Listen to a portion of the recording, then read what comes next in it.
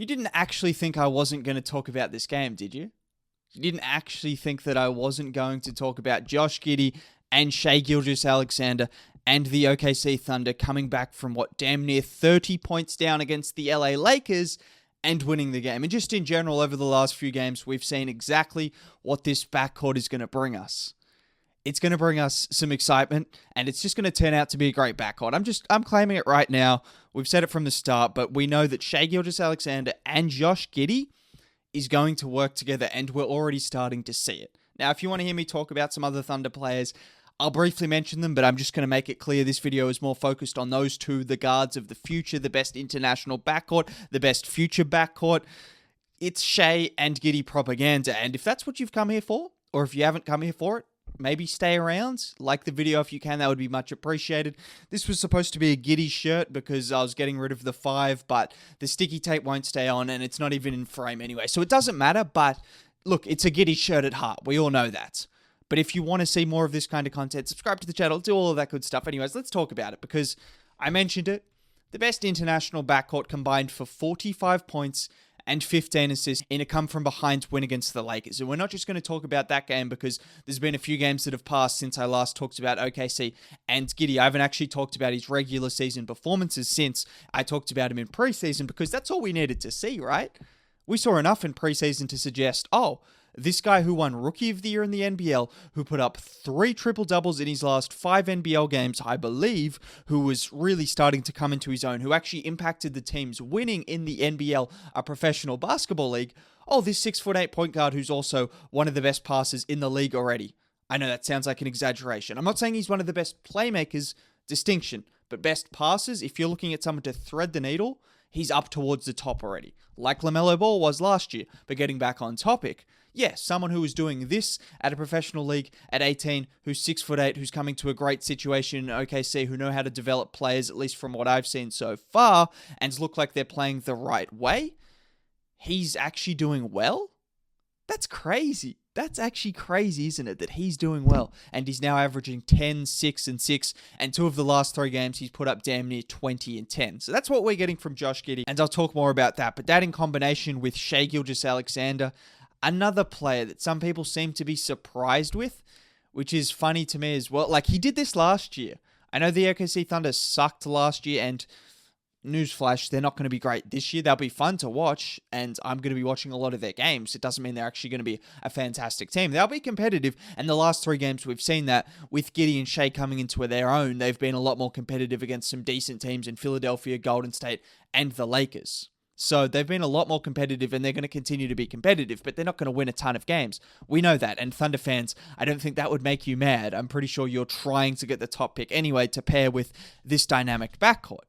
But staying on topic, Shai Gilgeous-Alexander did this last year. Yeah, the team wasn't great. They were actually competitive when he played last year, which says it all. Like, they were genuinely close to 500 when he played last year. 35 games, was putting up 24, 5 and 5 on ridiculous shooting splits. The man is a beast. If you need one game or one sample size to kind of look at in terms of how good he is as a creator, as an on-ball creator, just watch what he did against Matisse Thybulle. Just watch what he did, because this is someone who I think is one of the best defenders in the league. We all know he's one of the best defenders in the league, Matisse Thybulle. That's what he does. He's in the league because of his defense. Shai was cooking it. There's going to be absolutely no Matisse slander because we are not going to do that. But Shai was absolutely cooking him. One of the best defenders. And then, that's just transitioned into the next game against the Warriors. And then he's finding his rhythm, basically. He's looking like a 28 kind of point per game scorer, which he will be towards that 25 to 28 point per game range this season because he's just so fluid. He's just so good at beating players off the dribble. The Lakers had to start, double teaming him, triple teaming him. They didn't want him to get the ball, which is where this partnership of Giddey and Shai, we saw the benefits of having 2 guys that can handle the ball. We've already seen that. I remember when Giddey got drafted, people were like, they've already got Shai. Why do they want another point guard? Because if you watch the league now, as long as they can play off the ball, as long as they can shoot, as long as they have some kind of a basketball IQ, which both of these guys do, they're both very intelligent, which is great. So we're already seeing that. But as long as they can do some stuff off the ball, then it's great to have two ball handlers. That's what you want. And well, we saw that because Shai was getting double teamed. All the pressure was on him. One of the last plays of the game, the sealer in the end, 30 seconds left. Giddey comes off a screen, wraps around, drops it into Derek Favors on a roll, and just wins the game pretty much. And that's what Josh Giddey can do. He's passing so far to start the season. Saw it in preseason. We've seen it in the NBL. This is no fluke. He's already one of the best passers in the league. If you disagree with that, that's fine. But if you watch his game and you see where he's dropping it right into the pocket, whipping it, little pick and roll action, this is what's so good about Josh Giddey as well, is because there are other players that have great passing instincts. I think back to last year's draft, someone who's on the Pistons, Killian Hayes. He's a great passer. Genuinely, you probably haven't watched a ton of him, but he is genuinely a really good passer. But he's also got no reliable scoring option. So defenses can just assume that he's going to pass, and it's just not the same kind of threat. You're not getting players off the dribble. Giddey, on the other hand, has the element of his floater, his mid-range game. He's starting to shoot the three ball a lot better, which I mentioned before, but he was a lot better in the NBL towards the second half of the season. It actually, after he got his first three in the NBL, from that point onwards, he was like 33%, which is decent enough. He's got a decent enough shot. If he can transition into being a good three-point shooter, well, then the league needs to watch out because they're in trouble with him and Shai doing what they do at three levels. That would be scary. But what he does is he's good enough in that mid-range area where teams have to worry about that enough so that his passing is still open, if you know what I'm trying to say. Basically, he's a threat from both angles, and he's just kicking it out. He's dropping it into the roller. The man is an elite passer. We're already seeing that. And then talking about Shai, again, we're talking about these two. The propaganda is being spread. The Josh Giddey, Shai Gilgeous-Alexander, one of the best backcourts in the league, soon to be, not just yet. But the combination of them with Shai now putting up 30 points a game pretty much over the last three games, what he's doing, hitting step back threes, taking players off the dribble, it is a lot of the same of what he did last year. Like, no one should be surprised if you watched him at all last year. You didn't even have to watch him. Just watch a couple of highlight videos. Just check his numbers. The numbers were there. The impact was there. The win-loss record was there, all to suggest that Shai was a really damn good player last year and heading into another year of development and hopefully a healthy enough offseason, which I believe he had, he's going to be even better this season. And we're seeing that already. So to be surprised by Shai's output is kind of baffling to me. But anyways, nonetheless, those guys were cooking. In terms of some other guys that were pretty good, Lu Dort has been good to start the season. I haven't even checked his offensive numbers, I'm going to be completely honest, because I'm not too fazed. I know he's had some decent offensive games. I think he ended up with close to 20 points against the Lakers. But what he does do defensively, we already know, but it's still worth noting. It deserves a mention. When you're talking about these two and what they can do on offense and how going forward, these guys could really create offense at a very high level. You're already seeing flashes of it. Shai already does. But I mean, as a whole, in terms of running an offense, having these two guys that can both handle the ball, create their own shot, and create for others, it could be a fantastic offense. But to add in a guy like Lu Dort, who hopefully can be a good enough three-point shooter and do pretty much everything you want defensively, like he'll do everything. He'll do the little things. He'll do the big things. He'll do it all defensively.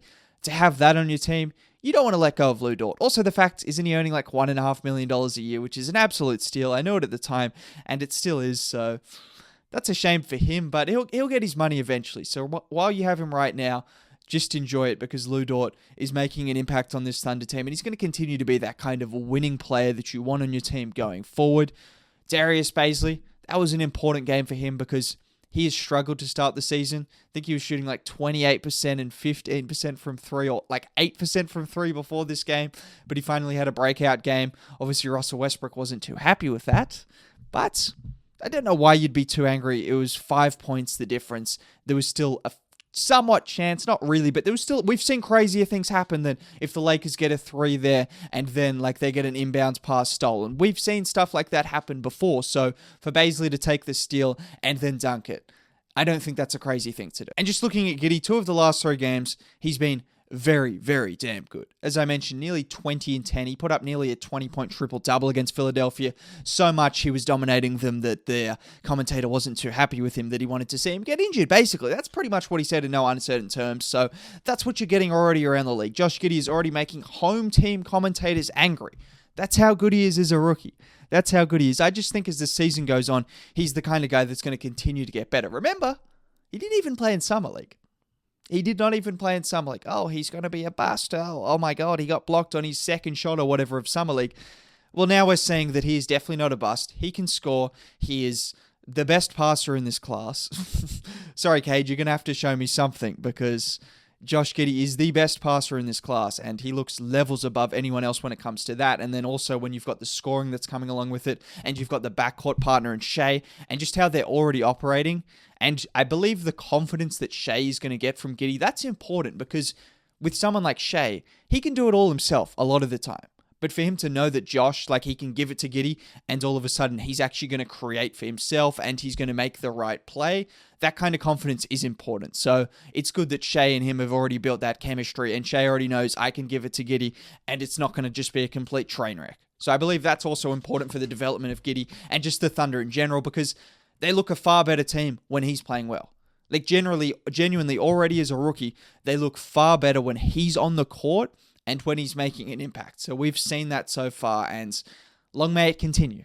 Long may it continue. As I said, there's going to be more Thunder content. There's going to be more Giddey and Shai content, and maybe I'll talk about some other guys when I feel like it. But as of right now, there's no need to because those are the two guys that are worth mentioning. This is a Giddey shirt, by the way. That was supposed to be covered up with tape. Now you see, yeah, but it's not. So anyways, have a good day, though, nonetheless.